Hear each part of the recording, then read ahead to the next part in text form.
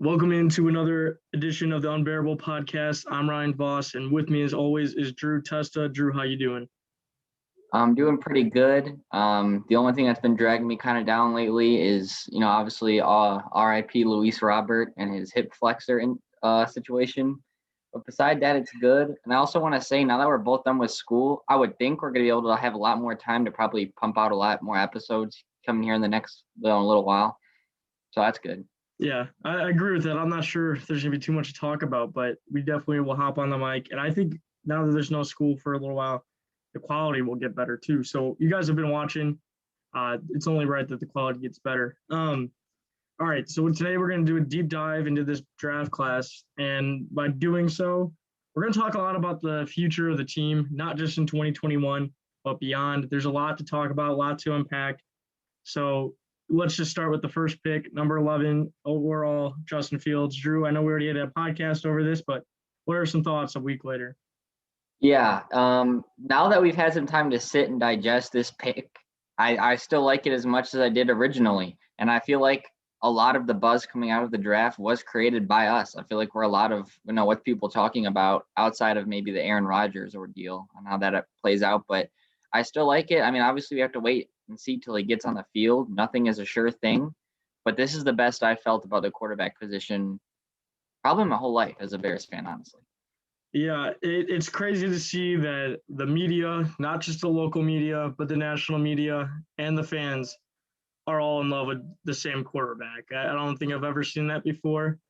And what's crazy is a lot of people, I listen to so many podcasts and it keeps coming up that Justin Fields was the second quarterback in this class.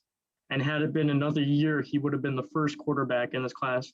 So I don't know how he ended up being the first quarterback in this class. I don't know how he ended up being the fourth quarterback. I don't know if it's paralysis by overanalysis or what's the deal here. The only like real concerns I hear about him is that his throwing motion is too long and that he takes a lot of sacks and fumbles and stuff. But with a good old line, which the Bears addressed, I feel like some of that stuff could be taken care of. Yeah, another topic of the second best quarterback thing. I mean, if we just want to sit here and analyze just from base level, okay, you have Trevor Lawrence, which he was the surefire, doesn't matter what year, would have been number one pick. Okay, that's fine. We're never going to get him. Second quarterback that was taken before Justin Fields was Zach Wilson, which he had one good year, he had one bad year. He played weak competition. That's his knock. Trey Lance played even weaker competition and played even less games.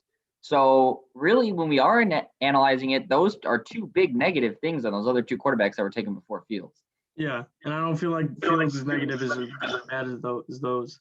I would say Trey Lance, not skill wise, but like the quarterback coming out of college is more comparable to Trubisky, and Fields is more comparable to Deshaun Watson. Yeah, I could agree.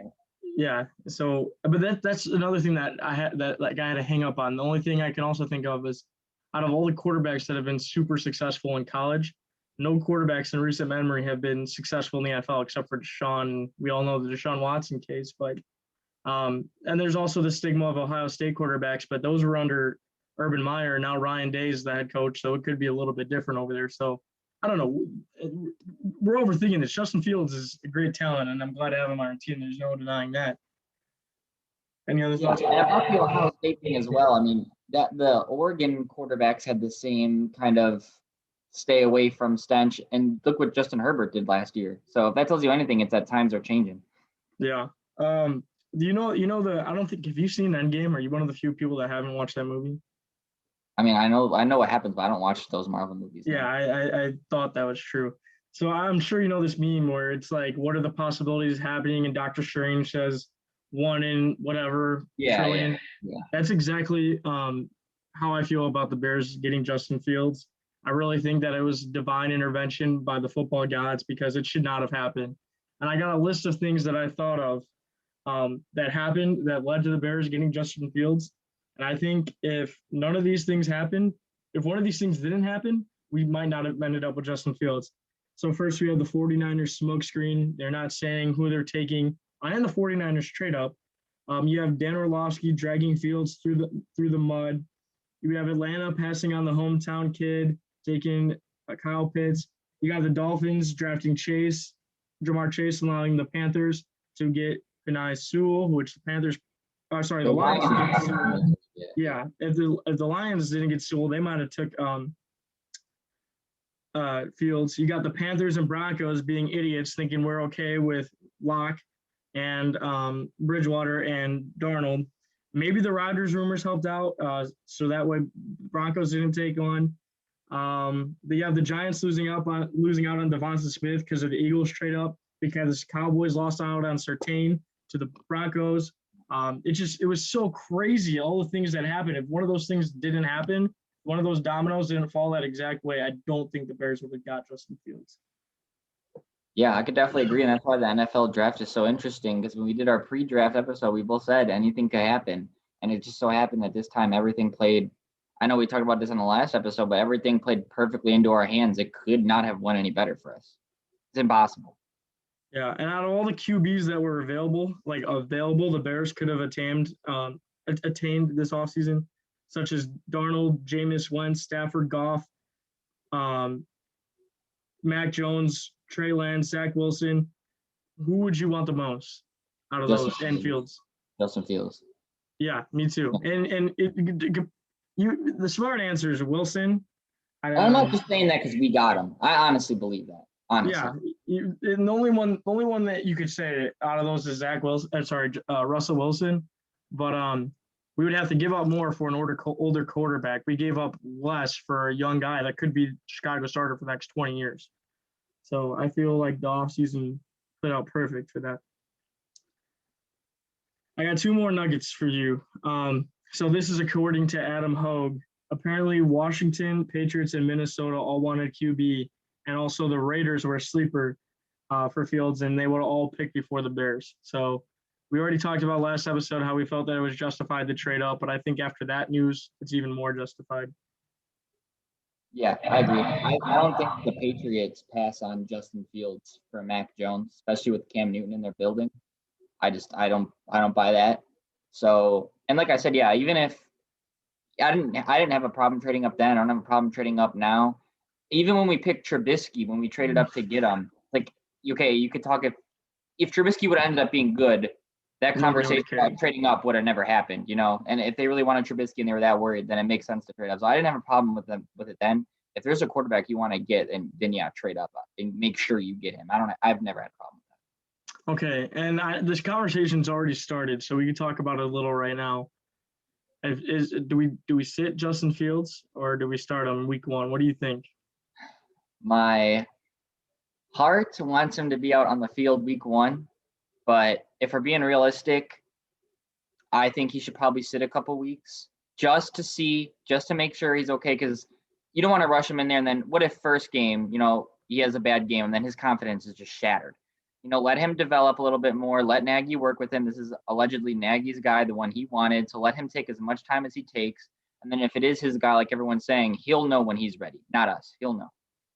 Yeah, I agree. I want him to sit, and a huge reason I want him to sit is because the offensive line. This offensive line is going to be new. We'll talk about the offensive line in just a second.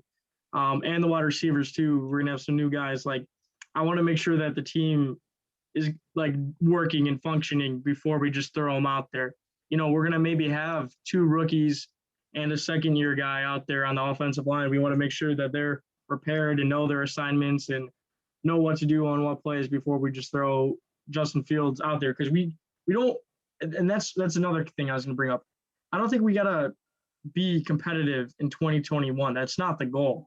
I would like to be as good as possible, considering we don't have a first-round pick, though, you know? Yeah, the goal is suck. What's up? I don't want to be like trash, like 4-13, I guess. Now. And I don't think the Bears will be, but the primary goal is not to be competitive. The primary goal is to develop Justin Fields. We're no longer talking about just next year. We're talking about the next 15 years. You know what I'm saying? Yeah. Okay. You know, running quarterbacks, their shelf life's a bit smaller, but yeah, I understand what you're saying. So yeah, I argue for sitting Justin Fields just so the offense can figure itself out the first couple of weeks. That brings us to Tevin Jenkins. What do you think about the move to go get on the trade up, and what do you think about the player? I mean, again, I don't really care about trading up, especially in the second round, whatever. Player, the one thing I will say is I'm not going to act like I analyze offensive linemen that come into the draft because I don't. I look at who we pick and then I review them after.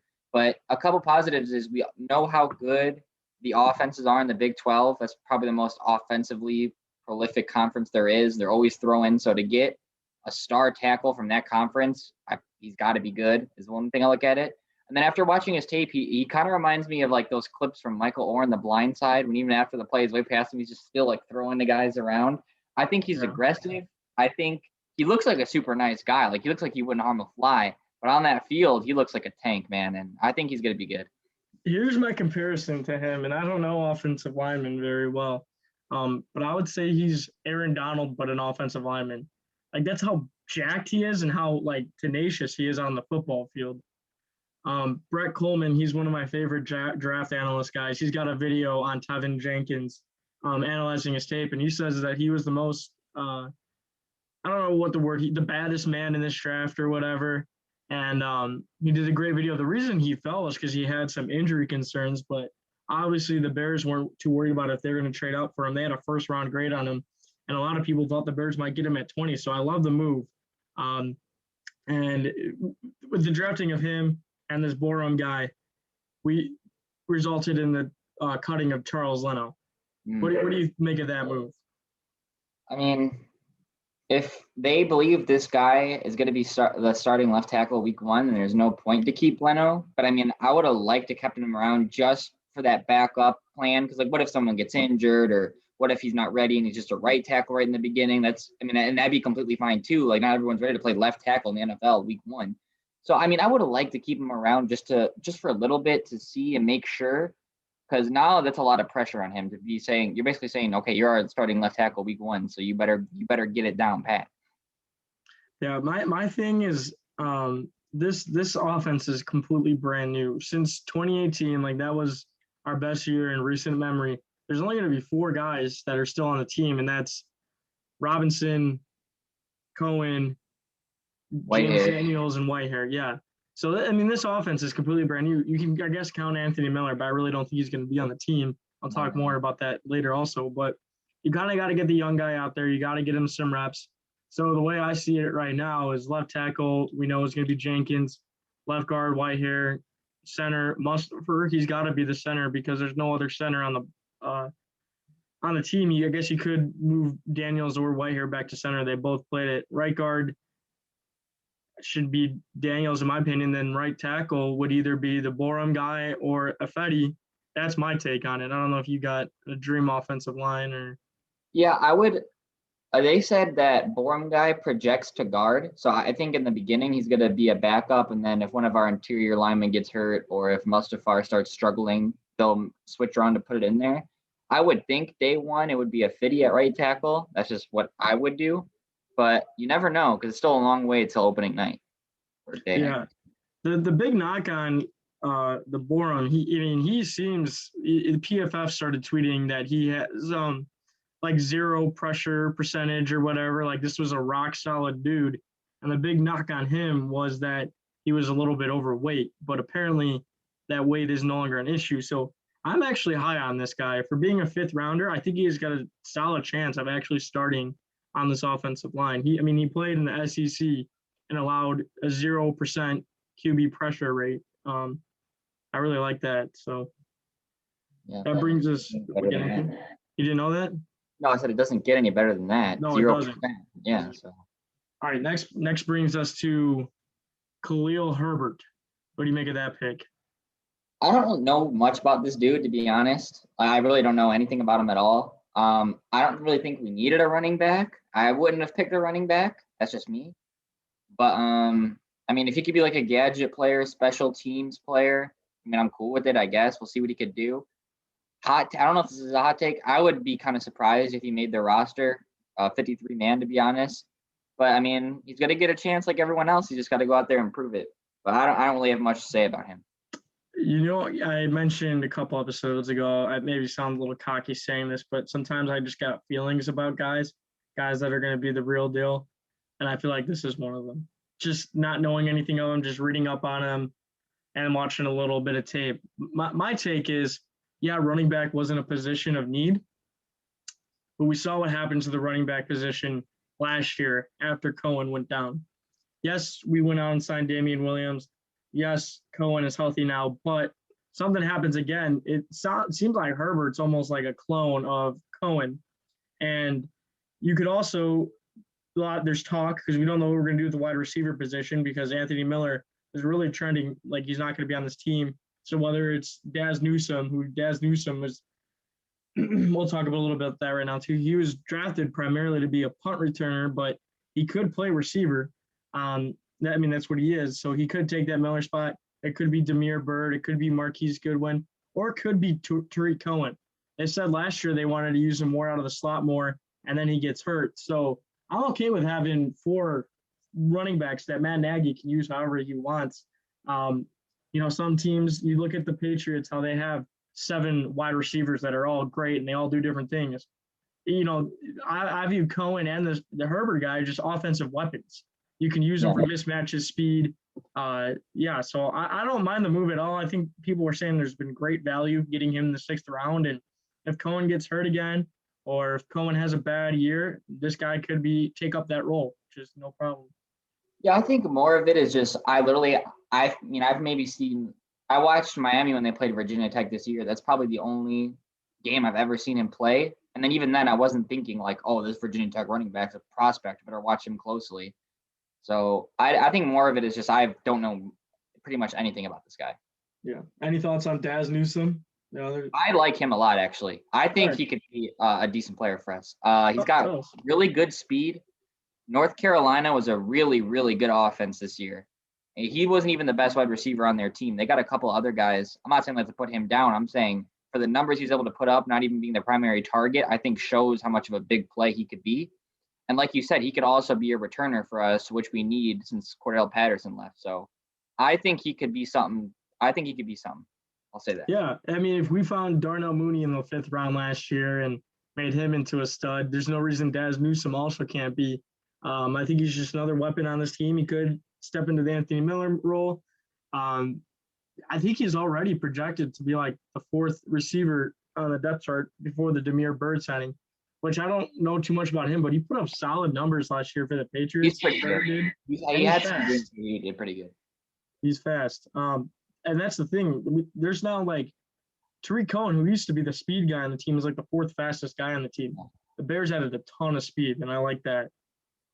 Yeah, that is very true. All right, our next 6th round pick is Thomas. I don't have their names on. It's like Thomas Gifford, right? Yeah, that defensive back from Oregon. Is that you're talking about? Yeah. Another one of those guys I don't really know much about, but when I was like reading through stuff on Twitter, everyone said to be able to get him in the 6th round is a really good pick. So, I mean, I guess I'll just take their words for that. And we need a cornerback desperately, if nothing else, for just depth. So I'm not going to complain. Just hope he's good.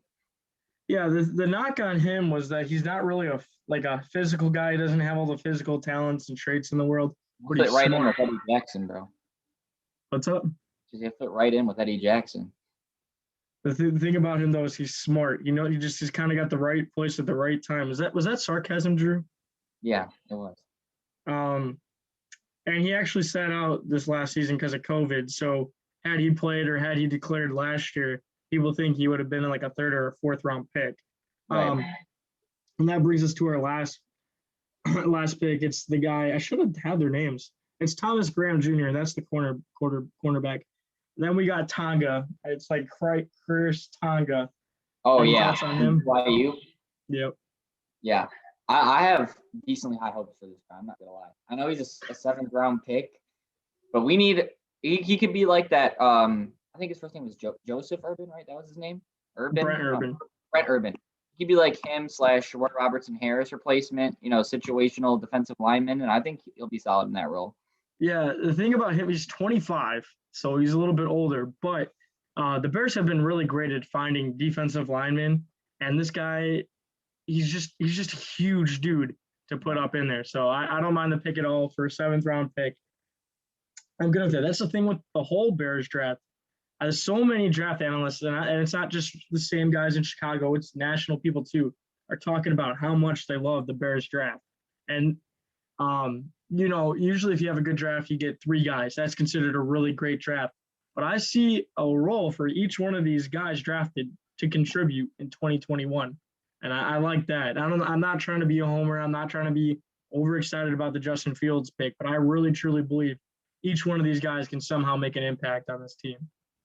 Yeah, I agree. I mean, obviously, it kind of sucks for all the other guys because they're kind of getting overshadowed by, oh my God, we got Justin Fields, and no one's really talking about any of them. Which I mean, it is whatever. I would be kind of upset if I was them, but it's hard not to get overexcited about the Justin Fields pick. Honestly, it's really hard not to. So I just can't wait till we see him on the field for the first time.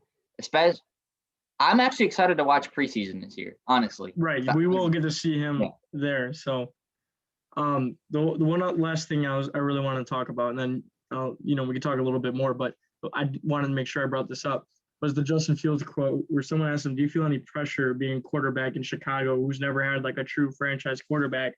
And then he said, like, "No, I feel no pressure at all. Like, I expect myself to be a franchise quarterback." Like, I just love that about him. He's got some moxie. He's got some confidence. He's got some swagger.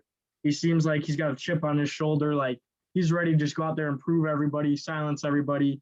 And that's not like Mitch Trubisky. Mitch did not have that confidence, did not have that demeanor and swagger. So I love that out of my quarterback right now.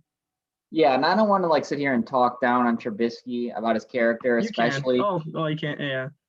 Yeah, I'm not gonna get into that because for all intents and purposes, I mean, he seems like a super nice guy, and you could tell he always tried. Like, it's not his fault. He just like, this is gonna sound rude, but it's not his fault he wasn't talented enough. Like, you could tell he wanted to be good and he tried. He just didn't have it. So I'm not gonna sit here and personally attack him, but to your point, Justin Fields does not seem like the type of guy to say, can we get those TVs turned off in Hallis Hall because they're talking trash about me? So I do get what you're. Yeah, I think that's a great point. I want to settle Bears fans down a little bit too. I don't think the goal is 2021. If Fields isn't starting right away, that's okay. Matt Nagy's been in this situation before with Patrick Mahomes and Alex Smith, and Patrick Mahomes has said before and is credited, sitting behind Alex Smith for a year, learning from him, and he said it really helped him. So if that's what the Bears feel is the right, path and trajectory for Fields, I'm all for it. I don't care if we win in 2021. Like you said, it sucks that we don't have that first round pick, but everything isn't hung up on the first round pick. What's the most important thing is making sure Justin Fields is going to be our quarterback, not for just next year, for the next 15 years. Yeah.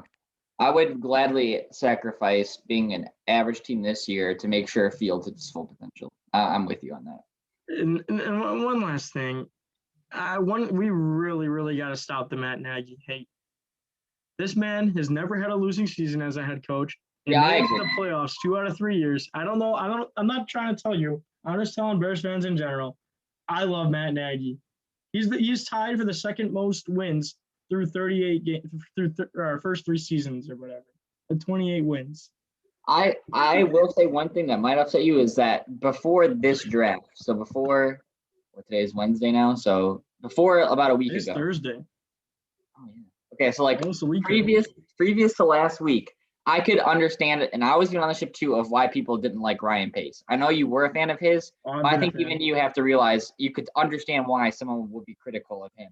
I never felt that same way for Nagy. I thought there were times where he could have been better, but I was never saying he deserves to be fired. So yeah, I agree. I mean, you got to look at where we were before we hired him and what we've done the last 3 seasons, because expectations changes everything, right? Before we won that division in 2018, we were 12-4. No one was expecting that, so everyone's acting like that was the best thing ever. And then the next year, everyone's like, "Oh, this is our year, we're about to win the Super Bowl." And then we were only 8-8. Everyone was calling for his head, even though that was way better than anything we had done like the previous however many years since we got Nagy. We've been like one of the worst teams in the league. So I think everyone just needs to relax a little bit on Nagy. I agree. Yeah, and then the reason I bring that up is because he goes on Colin Cowherd today, and Cowherd's telling him how he's on the hot seat, and that just rubbed me the wrong way. This guy's a great coach. That's disrespectful. You said that right to his face. Yeah, and someone also said that the Vikings never get as much shit as the Bears get, and the Bears have been better than them in the last 4 years or whatever. So if this season, and the reason I bring up Matt Nagy is because if this season doesn't go as planned, let's not start calling for his head. Like, let's just trust the process. That's what I'm trying to preach. I love him as a head coach, and maybe not so much as a play caller. But let's just trust the process. They got a guy. The best thing that Fields needs is continuity. I don't think we should be changing head coaches every couple of years with him. Like, let's just develop him and get this thing right. Last thing I want to say, the only thing I'll say about Nagy, and I don't know what they call this play in real life, but in Madden, it's called PA boot rollout. We ran that play about 70 times against the Packers and the Saints in the playoffs combined. Can we just please rip that play out of the playbook? I'm so tired of seeing it. That's the game because Darnell Mooney had like 12 catches for like 88 yards. He kept running that PA boot rollout and dumbing it up. I just get rid of it. I'd never want to see that play ever again. The problem with it, that's probably the only play Mitch could run. That's probably true too. Yeah, that's the Mitch Trubisky's fault. All right, guys, this has been another episode of the Unbearable podcast. Thanks for watching. Make sure you hit like and subscribe, and tell a friend if this video wasn't half bad. See you guys later.